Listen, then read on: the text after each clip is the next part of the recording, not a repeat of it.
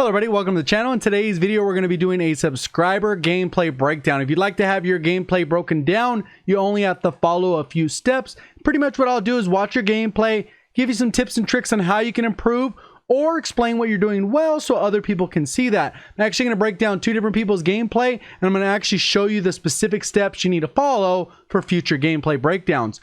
So the first step you need to do is go ahead and head over here to one of my YouTube videos, which obviously you're watching this one. What you're going to do is head down to the description, which is down in the bottom right here. And then you're going to go ahead and click on Twitter. Go ahead and click that. And it's going to go ahead and take you to my Twitter page. Pretty much what's going to happen there is go ahead and click that follow button, which will be available. You can go ahead and follow me over here on Twitter. And then what you're going to do is look for a post that says that I'm asking for subscriber gameplay. So if I actually go down over here, there is one a couple days ago that I'm actually doing this video for. But pretty much what you'll do is scroll down and look for the one that says subscriber gameplay. Right here I asked on June 18th, so I gave it about 3 or 4 days for people to submit their gameplays. And then I go back to this specific post so I can actually find them. And what I'll do on these posts is it'll say, time for another subscriber gameplay breakdown, and it seems like you are really liking them.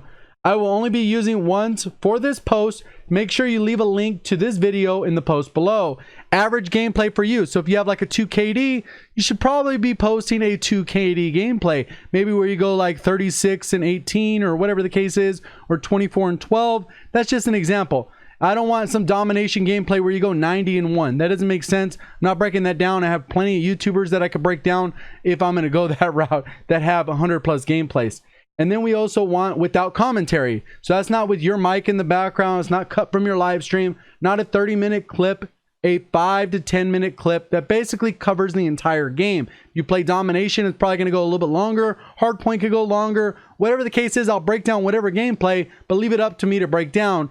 Probably leaving 3 hours of footage, which I've seen done. Probably not the best route. And then not theater mode. Whatever method you use, upload it to YouTube, and then you're going to post that link. So if I click on here, you can see plenty of people. Best Rampart class setup. Probably has commentary. Not even going to look at.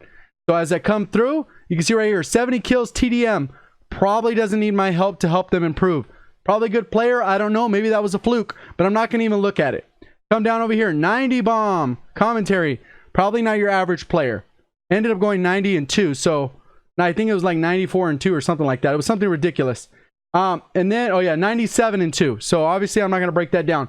Go down over here, and then there's others. So hopefully that explained it. If you guys are going to go ahead and stick around for the rest of the video, cool. If you just want your gameplay reviewed, whatever, go ahead and make sure you hit the like button, subscribe, all that good stuff so you'll be able to find your way back to the channel. You can double check for me because sometimes people get confused on it, or YouTube will automatically unsubscribe you. So just make sure that you've hit that red subscribe button and it looks currently gray with that bell rung with notifications on. It's obviously a different country. The text turned up is not a North America, so it's in a different language, or they just put in a different language.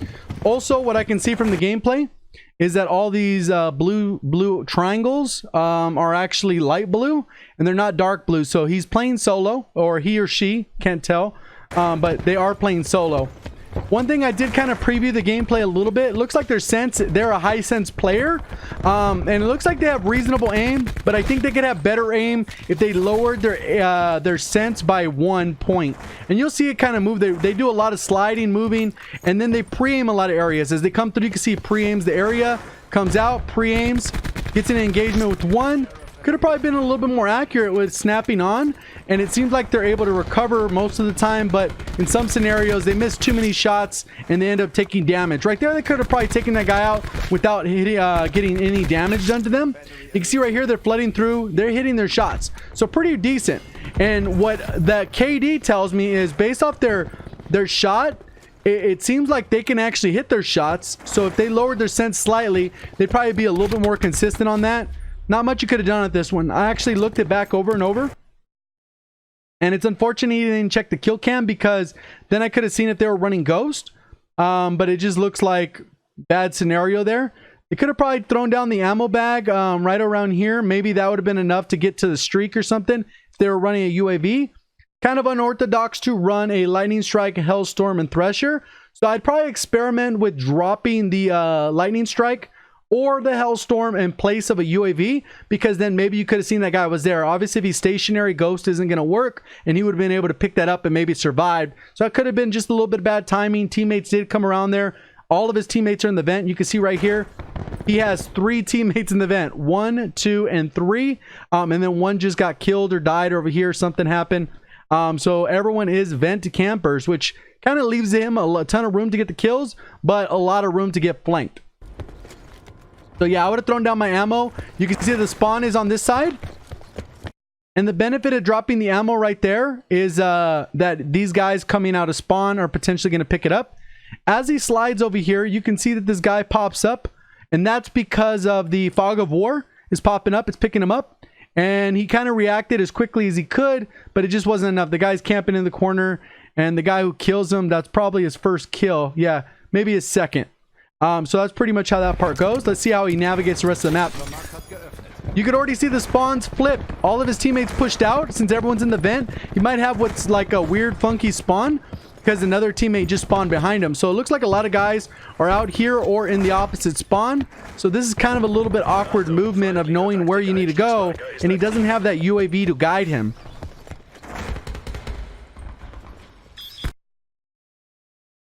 Look at where his teammates are. There's 1, 2, 3 over here.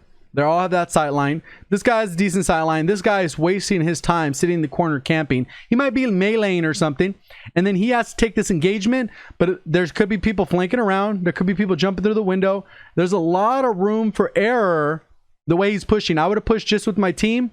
Even though this is a way you're going to probably get kills, this is a higher risk because you're going to just end up getting shot from different angles.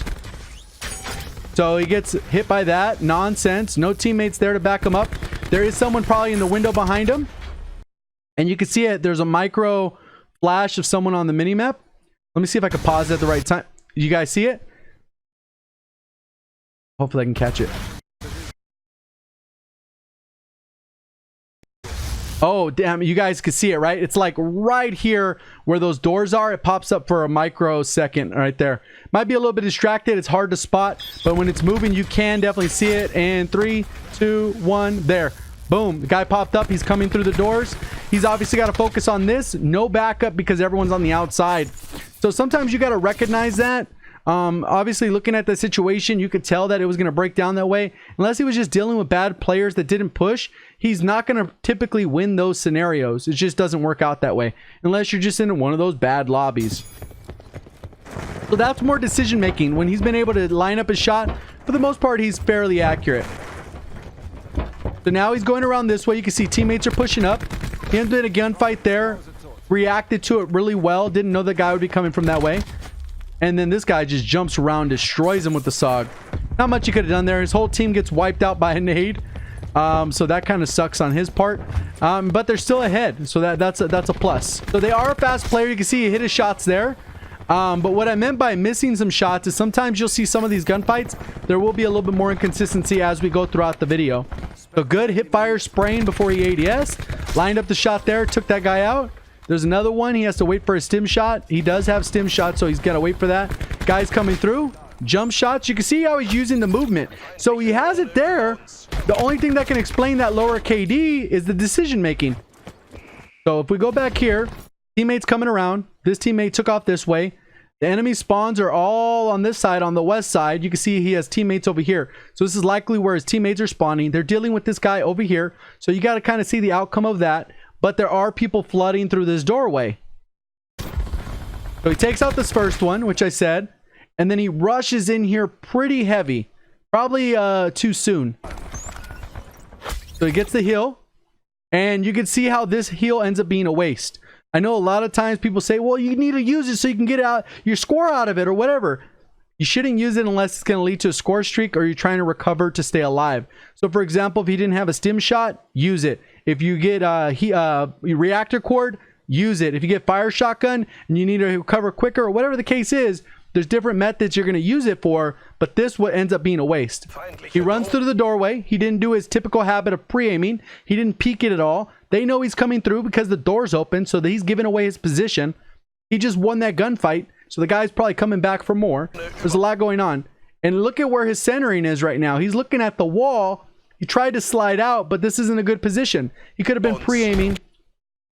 Tries to hip fire, but there's no way. It's 2v1, and he's in a bad spot. Gonna be a little bit harder to get his streaks. Doesn't have a UAV. So there's a lot of things that go together. I'd recommend using the UAV at all times, especially if you're playing solo, because your teammates will not call in a UAV. And they might be just like this guy, where they're not calling it in. Comes around, takes that guy out, takes an aggressive push on this guy, knowing he has a sniper. So he's got to be able to take this guy out. Pushes in. Another aggressive move. He doesn't know if there's two guys waiting for him here. Bad push. Obviously, it gets a little electrocute cart, but it's just a bad push. At the end of the day, that's what it ends up being. I know sometimes people say, hey, man, you play a little too passive. Well, I get my streaks every match, so it pays off. Obviously, in this game, when that time to kill is long as it is, you have to make sure that you have as many one-on-one engagements as possible. Right here, nasty shots. Ends up getting hit by the shock, but he's able to survive because he got a 3-piece. His teammates are coming up. Two guys camping in the vent, literally doing nothing as far as map control goes. Guy's in the middle of the map with the sniper. He comes around and he decides to help out this guy over here. Peeks it. Good jump shot. So you can see the gun skill is there. Comes back out, takes an aggressive play, takes that guy out. Knows another guy's coming. He's just got to wait for the stim shot so he can approach this. Takes that guy out. So you can see he's very streaky, which is cool, but all those decisions he's making that is costing him deaths are just poor decisions. Because the gun skill's there. I think that there's some people with 2 KDs and 2+ KDs that I've looked at that have much worse gun skill, but they play much more passive. So it's a trade-off. Okay, so here's what I mean by like the shots, maybe the sensitivity being a little bit off. Right here's a gunfight where he could have had, it's just wiggling around a lot. He probably hit the guy twice. So perfect example again of the accuracy thing I was talking about. It's a little inconsistent. He jumps out, aims, misses every shot, comes out, misses half the shots because he's behind the guy. And luckily his teammates landed a couple shots on the guy, because if it was a one-on-one, he loses that gunfight. Right here, look at how much he just sprays. Not even on the target. Got no hit markers there. Maybe one hit marker, but pretty much not a lot of hit markers going on there. But that's pretty much how it goes. This is overall a pretty decent match for this player. They had an above average match, but based off what they did in the game, they could have had a significantly better match just by changing a few things here and there, which we kind of talked about. So what we're going to do is transition to the next gameplay. Again, if you are enjoying the content, let's see if we can get this video to 1,000 likes. If you can help me out with that, go ahead and please hit that thumbs up button. And obviously, if you're sticking around to this point, you've enjoyed the content so far, so probably should hit that subscribe button. We got another one for you guys. We're going to go ahead and break this one down as well. Obviously, based off their score per minute, they probably play a lot more passive. But they probably do get streaks. That's why their EKA is a little bit higher. And that's what you can always tell by combining those numbers. Obviously, we're looking at TDM. But if you look at all the other modes, you're going to see how that balances out. Able to take that guy out pretty easily. Enemy's already got the UAV. So now he's kind of posted up. Pre-aiming a lot, which is okay, but he snapped onto that guy a little bit late. So a lot of times when you're in aim down sight like that, you're not really going to be dragging your crosshairs all that much. What you're ideally going to do is not be aim down sight, center on your target, and then you snap on and lock on. And that's what ended up happening with this scenario, is he was aimed down sight this whole time. He should just stay like this, hip fired, and then aim down sight and shoot the guy as he walks by, because he's able to control the sensitivity. The other one's a little too slow, so he's not able to keep up with the guy. So right here, he's far off. He should have adjusted and then aimed down sight, and he probably could have landed 2 or 3 shots on the guy. And as the guy came around, maybe he gets an assist. But in that particular scenario, he ended up hitting 0 shots. He was able to predict that spawn flip pretty well. Luckily, he spotted that guy. He didn't get killed by this RCXD. And then he pushes through, and then you can see the teammates have taken over the spawn. That's a pretty good push there. And he should be right behind this guy. This guy should be on the other side of this wall as he comes through. And then he should have been able to take that guy. Pretty much how I would have probably taken this corner is I would have ran and either slid or jumped out and looked towards this right side where he ends up looking. But I would have pre-aimed. Already assumed jump out, pre-aim that area where you predict people to be.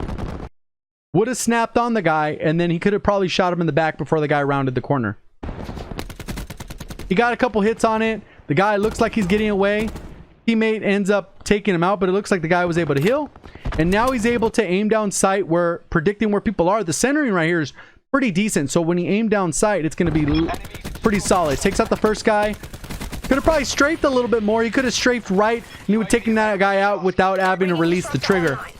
Looks like there's more guys coming through. Guys putting up the mesh mine. Gotta wait it out. He takes this guy out, and you can see how long he stays aimed down sight without strafing. Gotta get a little bit more strafing action going, get a little bit harder target to hit. Even though ICR doesn't have stock, you can still strafe with it. So he ends up wasting a lot of ammo on this mesh mine. Look at it. He starts with boom, 22 bullets. The guy's already dead. And look at how much he goes down to. He wasted 16 bullets on one mesh mine. Should have been one bullet. Wouldn't need to reload. He would have still been at 22, which is like 60% of the ammo capacity. And he would have been ready for what's going on over here. Looks like the route would be to go jump down right here, which is a smart route. Gets a couple shots in. He comes around, takes out that guy right there. The other guy kind of gave up because he was one shot. He didn't really know where to go. Comes around, and now he has the sniper's nest. So he was able to get full streaks. Comsec, playing smart, playing safe. A little bit more passive than you probably want. This player probably got to figure out how to play a little bit faster. But those things go hand in hand. Faster score per minute, better EKA. Faster score per minute, better EKA. And it kind of goes back and forth. But you can see how it's already started to take over the lobby. And he's kind of peeking into spawn. Doesn't look like the spawns are over there. Enemies all are on the other side of the map. So he can kind of eliminate this section. UAV's in the air. He's pushing around the road, less traveled, coming through. The guy took off. Teammates are in engagements there. So there's a guy underneath on that section. Looks like there's a guy over here. And this guy comes around. He misses the shots. And that is how he gets his first death. So very passive so far. Different things they could have done as far as how they navigate the map. These are the spawns now, so obviously the spawns have flipped. Sniper's nest is helping out. Okay. Spawns flipped. Hasn't turned around. So you can see how many teammates are on this side, right?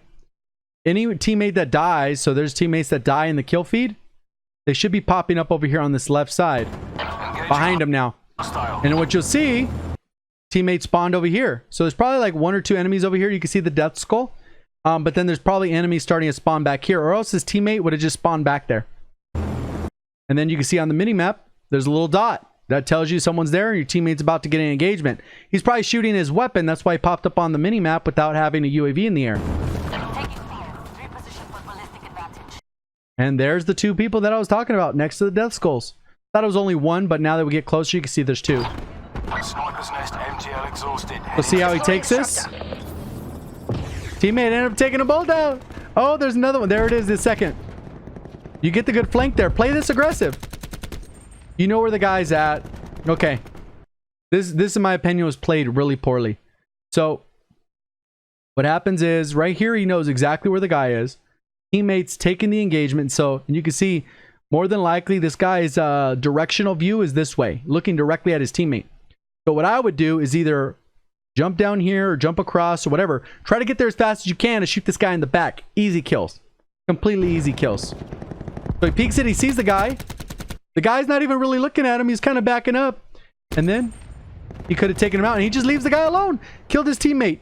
That's a horrible map control positioning. Now this guy's still in the back of the spawn. Distracting. Was able to snap on. Luckily, he was able to take that guy out. But he should have taken out that guy in the back. He'd already be 125 closer to his kill. What's interesting about this is he didn't learn from the behavior before.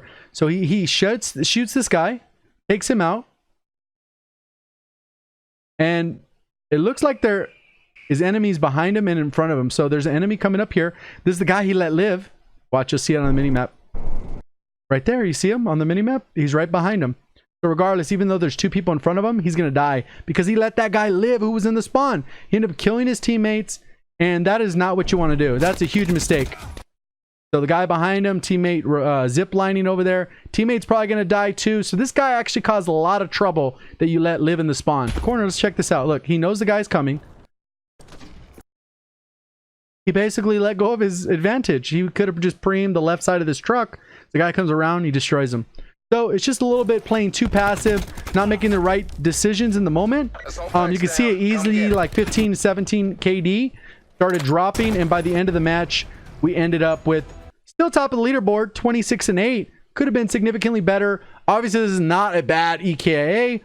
decent damage overall. But that passive gameplay, you could have probably got like 35, 40 kills in this one match alone. And that's pretty much it for the gameplay breakdown. Hopefully you guys did enjoy it. Again, if you want to go ahead and submit your gameplay, check out the description. Click on the link, go ahead and follow me, and look for that post. I should be posting one of these again in the near future, so just stay on the lookout, and you'll be able to post your gameplay. Appreciate all the support. Thank you for watching. As always, have a great day.